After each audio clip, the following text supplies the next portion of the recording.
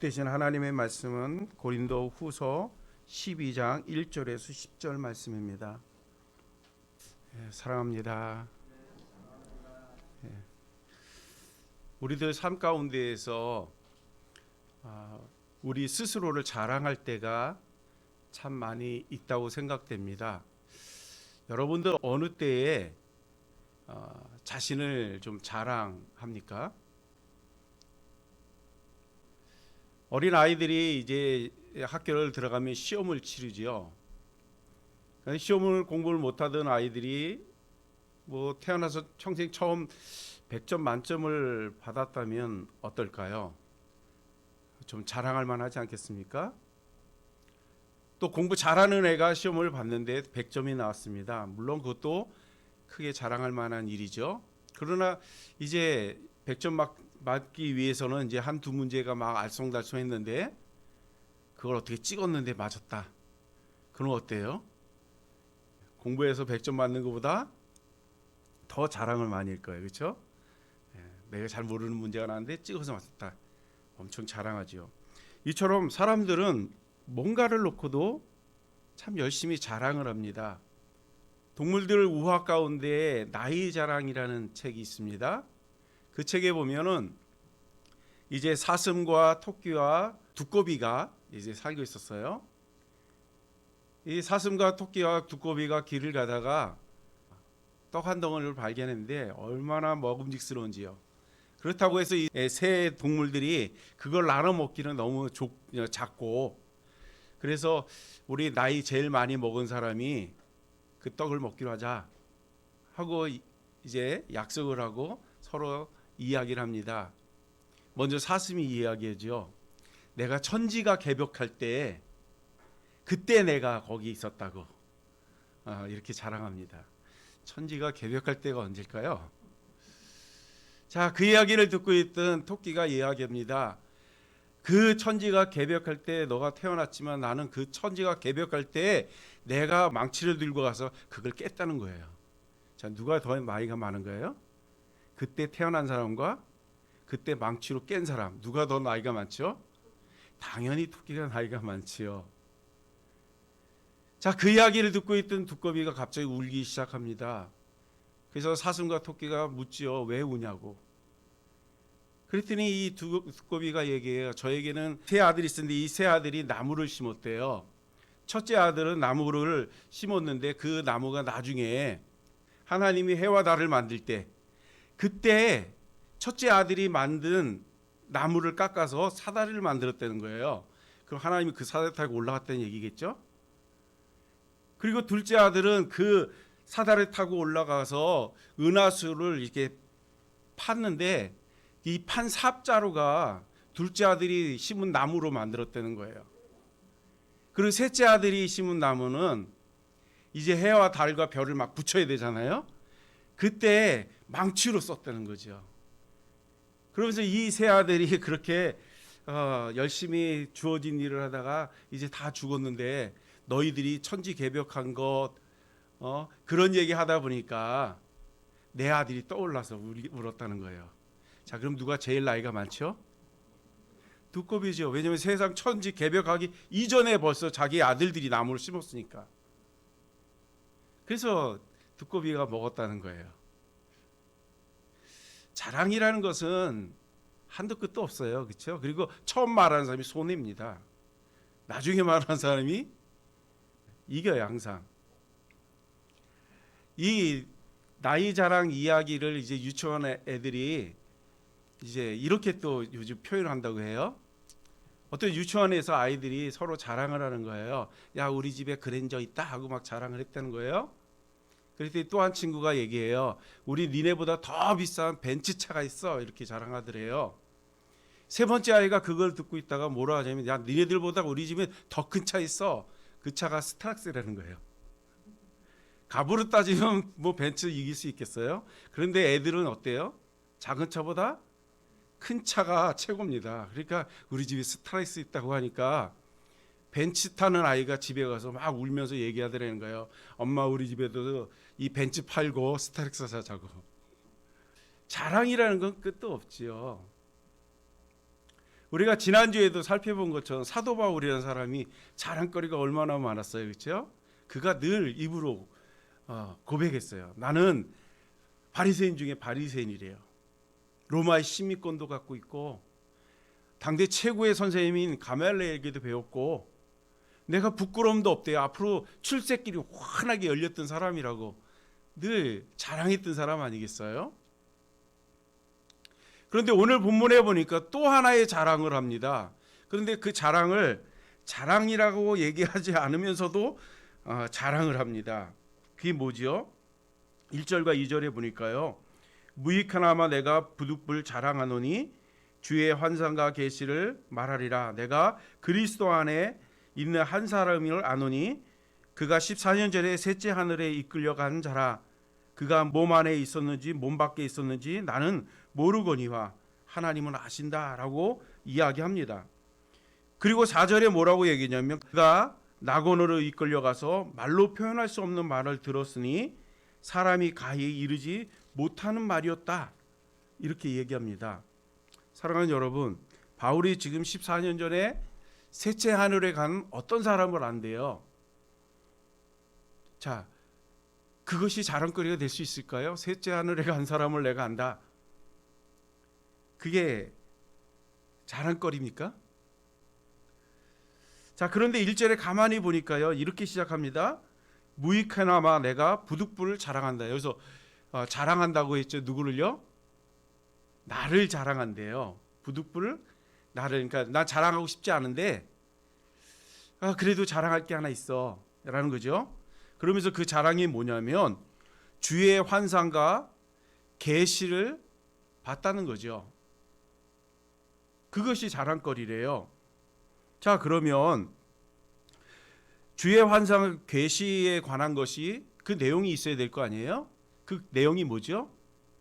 2절에 있는 것처럼 14년 전에 셋째 하늘에 간 사람이라는 거예요. 누가요? 바울이. 그러니까 결국은 내가 셋째 하늘에 갔다 왔다는 것을 자랑하는 거죠. 그런데 자기를 그냥 나타내서 자랑하면 안 될 것 같으니까 뭐라고 얘기해요? 조금 돌려서 14년 전에 셋째 하늘에 간 어떤 사람을 자기가 봤다는 거죠. 그러면서 뭐라고 얘기하나요? 그 다음에 내가 몸 안에 있었는지 몸 밖에 있었는지는 나도 잘 모른다는 거예요. 누가 같다는 얘기예요? 자기가 같다는 얘기예요. 그러니 사도 바울이 지금 자랑할 만한 게 얼마나 많아요. 그렇죠? 자, 여기서 말하는 셋째 하늘은 어떤 하늘일까요? 이거는 히브리 사람들의 그 개념, 그러니까 사고 개념을 알아야 되는데요. 이 히브리 사람들은 하늘이라고 하는 단어를 크게 세 가지로 나눕니다. 어떻게 나누냐면 첫 번째 하늘은 우리가 이렇게 눈으로 보는 하늘 있죠. 이 대기권이라고 하는 이 대기권 안에 있는 모든 것, 이것을 첫째 하늘이라고 해요. 날씨가 바뀌는 것도 볼 수 있고요. 산에 올라가면 구름이 우리 밑에 깔리는 것도 보죠. 예. 그러면서도 우리가 볼 수 있는 최고의 끝이 뭐예요? 그냥 하늘인 거예요. 그렇죠? 대기권 안에 있는 하늘. 이것이 첫째 하늘이라는 거죠. 두 번째 하늘은 대기권을 넘어서 아까 우리 짐승들이 말했던 것처럼 해와 달과 별과 있는 모든 우주, 이 우주 모든 공간을 다 둘째 하늘이라는 거예요. 자, 그럼 셋째 하늘은 어떤 하늘일까요? 우리가 눈으로 볼 수 없는 하나님이 계신 천국을 이야기하는 거예요. 자, 그러면 지금 사도 바울이 셋째 하늘 갔다 왔다고 했으니까 어딜 갔다 온 거예요? 하나님이 있는 천국을 다녀왔다는 거예요. 이쯤 되면 막 자랑하고 싶지 않습니까? 엄청난 자랑이잖아요. 그런데 사도 바울은 지난주에도 그랬고 이번 주에도 뭐라고 얘기했냐면 나는 약함을 자랑한다 이렇게 얘기해요. 그러니까 그러니까 하나님에 계신 천국에 갔다 온 것을 자랑하지 않겠다는 거예요. 왜냐하면 그것 말고도 자랑할 게 너무너무 많지 않아요? 그런데 사도 바울은 천국 얘기를 하고 하나님의 나라에 관한 이야기만 해도 사람들이 줄줄이 따라와서 서로 막 그 전도하지 않아도 막 사람들이 몰려오지 않겠어요? 예전에 그런 일이 많잖아요. 어떤 부흥사 목사님이 뭐 말씀 전하고 기도만 해도 막 병든 자가 낫는다 그러면 뭐 우리나라뿐 아니라 전 세계에서 소문 듣고 오지 않아요? 그런데 지금 사도 바울이 내가 하나님의 나라 갔다 왔다는 얘기를, 그리고 거기 있어서 있던 환경들을 쭉 설교로 하면 굳이 뭐 유럽이나 이런 데까지 가서 복음 전할 일이 있을까요? 없어요. 다 와서 듣겠죠. 뭐 부흥하지 말라 그래도 저절로 부흥이 됐을 거예요. 그럼에도 불구하고 사도 바울은 그 이야기를 하지 않아요. 무려 14년 동안 한 번도 입으로 거론한 적이 없다는 거예요. 왜요? 하늘나라에 갔다 왔다는 것을 자랑하면 어떤 사람들은 그 이야기를 듣고 같이 동조할 수도 있겠지요. 그러나 어떤 사람들은 시기심이 들지 않겠어요? 나도 하나님 앞에 하나님 나라를 보고 싶다고, 하나님 한 번만 보면 내가 예수 믿겠다고 그렇게 많이 기도했잖아요. 막 이런 사람 나타나지 않을까요? 그런 사람들은 어때요? 나는 그렇게 기도해도 응답이 없는데 사도 바울은 하나님 보여주셨어? 그러면 얼마나 시기심이 생기고 교회를 떠나는 사람들이 생기지 않을까요? 그러다 보니까 사도 바울이 그 부분에 대해서 아예 얘기도 거론도 하지 않았다는 거예요. 그런데 오늘 본문 말씀인 이 고린도 후서를 보면 지금 사도 바울이 사도가 참 많냐 막 그러면서 도전한 사람들이 많잖아요. 그런 사람들에게 내가 이런 사람이야 라고 어필을 해야 되는 상황이 되었기 때문에 지금 14년이 지난 지금 해명하는 거죠. 나도 하나님의 은혜를 입어서 천국도 갔다 온 사람이라는 거죠. 그러나 내가 이것을 자랑해서 사람들이 실족할 일이면 나는 그런 자랑하지 않는다라는 거예요. 이거는 사도 바울이 오늘 본문에서만 이야기하는 것이 아니라 이미 예전부터 이 이야기를 늘 했습니다. 고린도전서 10장 23절과 24절을 보니까요.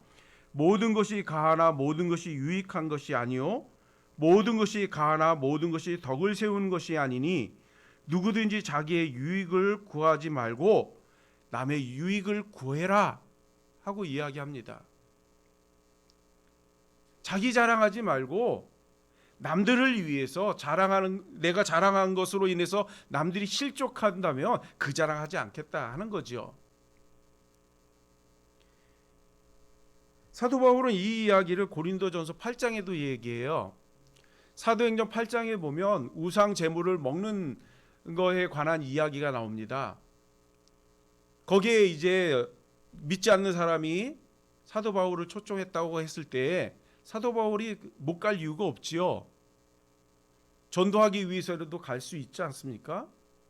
자, 그렇게 이제 믿지 않는 사람의 가정에 가서 같이 식사를 하는데 거기 우상 제물이 쭉 나왔습니다.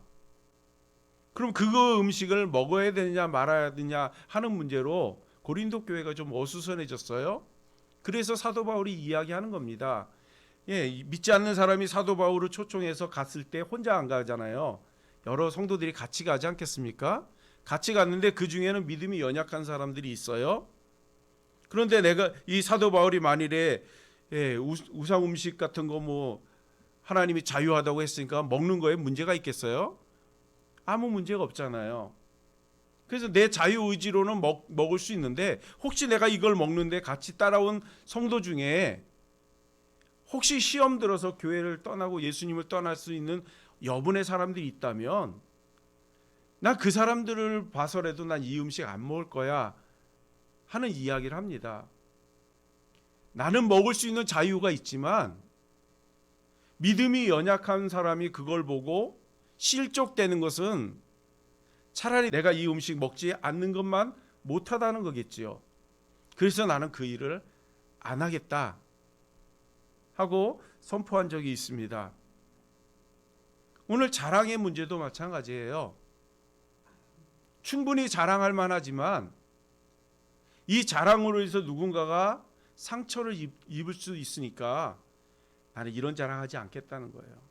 그러면서 내가 자랑할 수 있는 것이 있다면 나의 약함을 자랑하겠다고 합니다. 자, 그러면 사도 바울의 약함은 뭘까요? 오늘 본문에 보니까 몸에 가시라고 표현을 합니다. 몸의 가시가 나를 약하게 만든다고 하는 거예요. 그래서 이 가시를 없애기 위해서 무던히 기도했던 것 같아요. 오늘 본문에 보니까 3번 기도했다고 나옵니다. 여기서 3번은 말 그대로 1번, 2번, 3번 이렇게 쓸 수 있는 숫자가 아니라 이 3이라고 하는 숫자는 완전수라고 해요. 그러니까 계속해서 기도한 거, 이루어질 때까지 기도했다는 얘기죠. 자, 그런데 그렇게 기도하고 나서 얻은 결론이 뭐래요? 하나님의 음성이 나한테 들려졌는데 그 음성이 나에게 뭐라고 얘기하냐면 내 은혜가 내게 족하되는 거예요. 자, 무슨 은혜예요? 몸에 가시 있는 게 은혜래요. 은혜 맞습니까? 제가 아주 어렸을 때 큰아버지 댁에 놀러 간 적이 있어요. 시골인데 시골에 놀러 갔는데 앞산에 올라갔다 내려오다가 가시에 찔렸습니다. 아, 그게 얼마나 아픈지요. 그냥 동네 떠내라고 울었던 적이 있어요. 뭐 밤새 끙끙 앓았죠. 뭐 왜냐면 가시에 찔렸는데 이게 빠지지 않으니까 열이 막 훅훅 나잖아요. 그러니까 뭐 정신이 없는 거죠. 근데 또 저희 아버님은 그거 빼주겠다고 하는데 제가 막 손도 못 대게, 왜냐면 너무 아프니까 손도 못 대게 한 적이 있어요. 가시가 얼마나 아픈지 몰라요. 그런데 오늘 사도 바울이 뭐라고 얘기해요? 가시가 내 몸에 있는데 이걸 빼고 싶다는 거예요. 그런데 하나님의 대답은 아니래요. 그게 네 은혜라고 얘기하는 거예요. 자, 그러면 사도 바울의 몸속에 있는 가시는 어떤 가시일까요? 제가 가시에 찔린 그 가시를 얘기하는 걸까요? 아니죠. 무슨 가시죠? 혹시 아세요? 그렇죠. 맞습니다.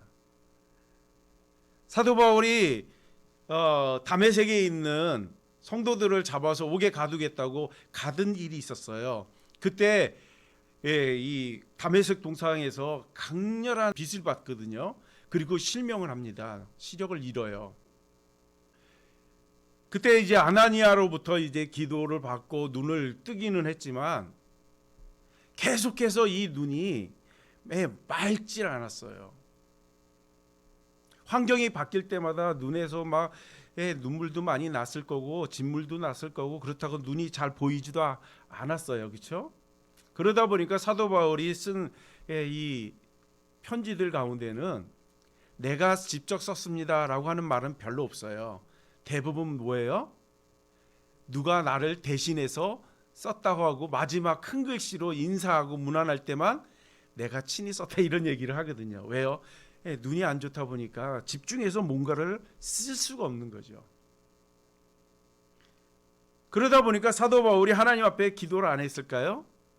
기도를 많이 하죠. 왜요? 하나님의 더 큰 사역들을 감당하려면 눈이 맑아야죠. 그런데 사역은 하고 싶은데 눈이 자꾸 피곤하기도 하고 침침하기도 하고 하다 보니까 사역하는데 방해가 되니 하나님이 나의 눈의 가시, 이 가시를 좀 빼달라고, 하나님의 일을 더 많이 할 수 있도록 이것을 좀 고쳐달라고, 회복시켜달라고 이렇게 기도했다는 거예요. 그런데 하나님께서 주신 답변이 뭐예요? 내 은혜가 내게 족하다는 거예요. 사랑하는 여러분, 여러분들도 하나님 앞에 기도하는 기도 제목이 있죠. 그게 얼마나 오래됐습니까? 뭐 지금 최근에 생긴 거라면 몰라도 오래된 기도 제목도 혹시 있습니까? 그게 응답이 안 된 것 때문에 여러분들 어떤 마음이 좀 있으세요? 왜 내 기도는 응답이 없어? 뭐 그런 마음입니까? 사도 바울은 지금 그렇게 열심히 기도하고 하나님의 나라의 일을 하겠다고, 복음을 전하는 일을 하겠다고, 선교사 사역을 하겠다고 이제 내 눈에 있는 이 가시를 좀 빼달라고 그렇게 기도하는데 하나님이 그 기도는 들어주시지 않고 야 됐어, 네 은혜 그 정도면 돼 하고 이야기할 때에 좀 속상할 법도 한데, 그렇죠? 근데 사도 바울은 그 이야기를 듣고 뭐라고 얘기합니까? 이것이 자기에게 은혜가 된다는 거예요. 그러면서 사도 바울이 크게 세 가지를 자랑을 합니다. 그걸 깨달았다고 자랑을 해요. 7절에 보니까 하나님께서 내게 주신 여러 계시가 지극히 크므로 내가 너무 자고할지 모르는 거예요. 그러니까 하나님이 하늘나라를 보여줬잖아요. 천국을 보여줬잖아요. 그것이 너무 크니까 자랑할 수 있지 않겠습니까? 그런데 그 자랑하지 못하도록 자기의 가시를 주셨다는 거예요. 이걸 깨달았대요. 두 번째 깨달음은 9절에요. 내 몸에 있는 가시가 그리스도의 능력이 내게 머물러 있도록 도왔다는 거예요. 만일에 나에게 몸에 가시가 없었다면 하나님의 능력이 나에게서 떠나갔을 수 있었는지 모르겠다는 거죠. 그래서 오히려 나에게 가시가 있는 것은 내가 유익하게 되었다, 이렇게 얘기합니다. 다른 말로 하면 가시가 그리스도의 능력이 내게 머물게 하는 수단이었다, 이렇게 얘기하는 거죠. 세 번째 깨달음은 10절입니다. 내 몸의 가시는 내가 그리스도를 위하여 약한 것, 즉 능욕과 궁핍과 박해와 공고 같은 이런 연약함들이 오히려 나의 신앙을 더 성장하게 했다는 거예요. 나의 연약함이 있다 보니까 더 많이 기도하게 되고요, 더 많이 하나님을 찾고 가까이 하게 되었다는 거죠. 그러면서 사도 바울이 내 몸에 있는 가시로 인해서 나는 이렇게 많은 은혜를 누리게 됐다고 고백하는 것을 보게 됩니다. 그래서 이제 사도 바울이 나의 연약함을 자랑한다는 거예요. 그렇다면 나의 연약함을 자랑하는 사람은 어떤 자랑을 할까요? 연약한 자랑은 뭐가 연약한 자랑이죠? 좀 이해하기는 어려울지 몰라요, 그렇죠? 그러나 사도 바울은 복음을 전하다가 어떤 일을 겪어요? 옥에 갇히는 일을 경험하게 되고요, 안 해도 되는데 복음 전하다가 돌에 맞아서 죽을 뻔도 하고요, 40에 하나 감한배를 수차례 맞기도 하고요, 굶주리기도 하고 떨기도 하고 고난이란 고난을 다 겪어봤다는 거예요. 그런데 오히려 그것이 자신에게 기쁨이 되었다는 거예요. 그래서 만일에 내가 사람들 앞에서 자랑하게 될 일이 있다면 하나님의 나라에 갔다 온 것을 자랑하기보다 오히려 하나님의 일을 하면서 당한 그 수모들, 고난들, 고통들, 이것을 자랑한다는 거예요. 왜요? 먼 훗날에 주님을 만나게 되면 하나님 나라 본 것에 대해서 칭찬을 할까요? 그건 하나님이 보여주신 거기 때문에 자랑거리가 아닌 거죠. 그럼 뭐가 자랑거리예요? 내가 주님을 위해서 한 일들, 복음을 전하다 옥에 갇힌 일들 칭찬하지 않겠어요? 복음을 전하다가 돌에 맞거나 40에 하나 감한 매를 맞거나 추위에 떨거나 이렇게 하나님을 위해서 힘든 일들을 했던 이 일들을 가지고 칭찬하지 않겠어요? 그러니 그것이 자기에게는 자랑이라는 거예요. 사랑하는 여러분, 여러분들의 자랑은 뭡니까? 여러분의 자랑도 예수님 때문에 핍박받은 것이 자랑거리입니까?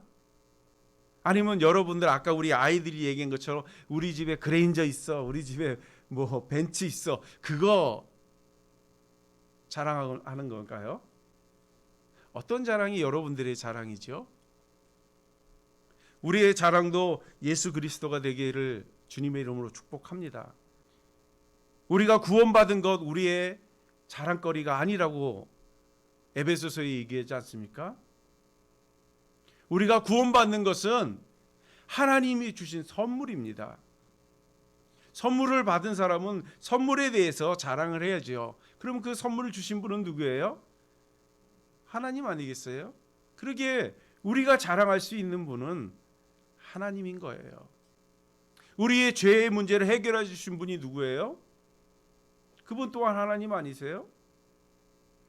본인의 아들이신 예수 그리스도를 이 땅에 보내주셔서 우리의 죄를 담당하기 위해서 친히 그 아들이 십자가에 달려 죽으시고 우리를 구원으로 인도하신 분이 하나님 아니겠어요?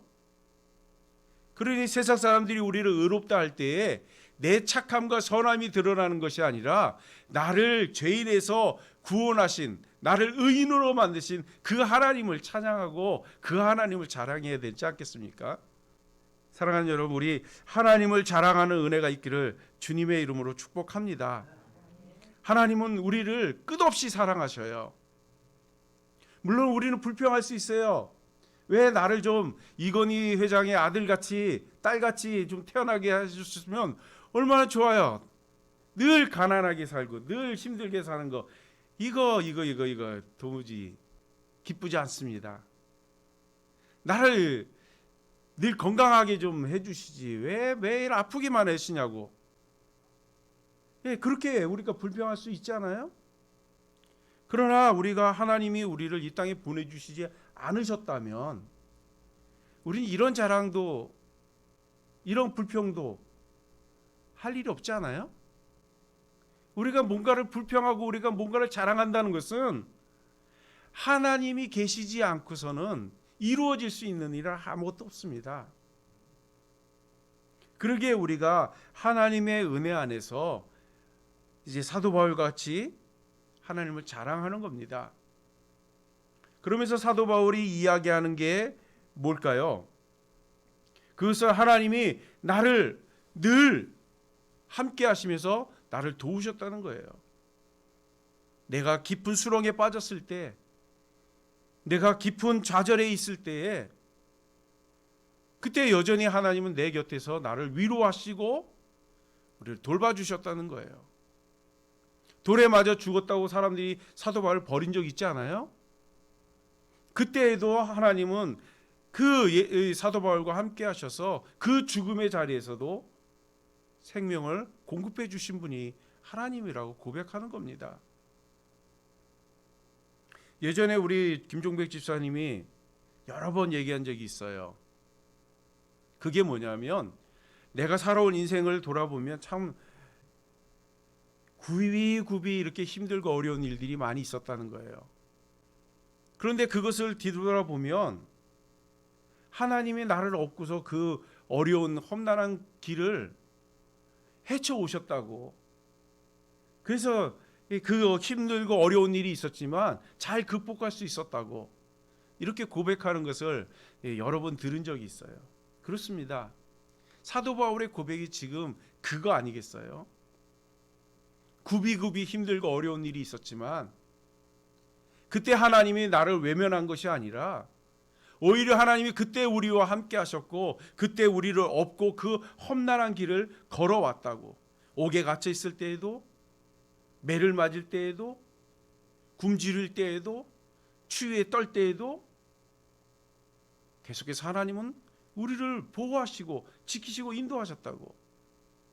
그런데 어떻게 내가 그 하나님을 자랑할 수 없겠느냐라고 말하는 겁니다. 그러게 천국 갔다 왔다는 것은 어차피 우리가 조금 있으면 다 가는 것 아니겠어요? 예수 믿은 사람들은 조금 있으면 다 하나님의 나라 가요. 궁금해해도 다 눈으로 보는 날이 있습니다. 그러기 조금만 참으면 되는 일이에요. 그러니까 그건 크게 자랑거리가 아니죠. 자, 그럼 우리의 자랑거리가 뭐가 되어야 될까요? 지금 내가 사는 이 순간순간이 하나님과 동행하는 것에 대해서 또한 하나님 우리를 지키시고 보호하시고 인도하신다는 그 사실을 깨닫는 것이 오히려 자랑거리라는 거죠. 시험에 늘 빵점 맞던 애가 100점 맞을 때에 하나님에게 자랑해야 되지 않겠어요? 하나님 내게 능력 주셔서 100점 맞았습니다. 자랑해야 되지 않아요? 우리가 육신의 연약함이 있어서 늘 두통을 달고 살던 사람이 어느 날 하나님의 은혜 안에서 그 두통이 사라지면 하나님을 자랑하지 않습니까? 우리 몸에 있는 질병들이 치유가 되면 하나님을 자랑하지 않겠습니까? 굶주린 많은 사람들에게 오병이어기적으로 먹는 것을 공급하면 그 하나님을 자랑하지 않습니까? 우리가 살아가는 이 순간순간들이 다 자랑거리인 거예요. 조금 힘들고 지치는 일이 있어도 우리 하나님의 은혜 안에서 그 모든 것을 이겨나는 은혜가 있기를 소망합니다. 사도 바울이 고백하잖아요. 내가 지금 몸에 가시가 있어서 이거 빼려고 얼마나 기도했는지 모른다고. 그런데 깨달은 게 있는데 이 가시가 없었다면 나는 늘 교만해서 하나님을 떠날 수 있었을 거라고. 또 이 몸에 그 가시가 없었다면 하나님의 능력이 나에게 머물 수가 없었을 거라고. 그리고 이 가시가 내게서 떠나갔더라면 하나님이 주신 그 매일매일 삶의 그 행복감을 경험하지 못했을 거라고 고백하는 겁니다. 사랑하는 여러분, 우리가 기도한 것들이 하나님 앞에 아직 응답이 되지 않아서 그것 때문에 마음이 속상하고 그것 때문에 마음에 여러 가지 불평이 있다면 오늘 사도 바울을 다시 한번 돌아보는 은혜가 있기를 소망합니다. 그리고 어쩌면 그것이 우리의 기도 제목이 되었다는 것은 그것이 내 몸의 가시일 수도 있다는 겁니다. 그 가시가 나를 교만하지 않게 하려고, 그 가시가 하나님의 능력이 뭔지 우리에게 보여주시기 위해서 주시는 가시라고 생각이 됩니다. 그래서 우리 하나님의 은혜 안에서 인내하면서 더 열심히 기도하고 하나님의 영광 가운데 거하는 복된 저와 여러분이 되실 주님의 이름으로 축복합니다. 기도하겠습니다.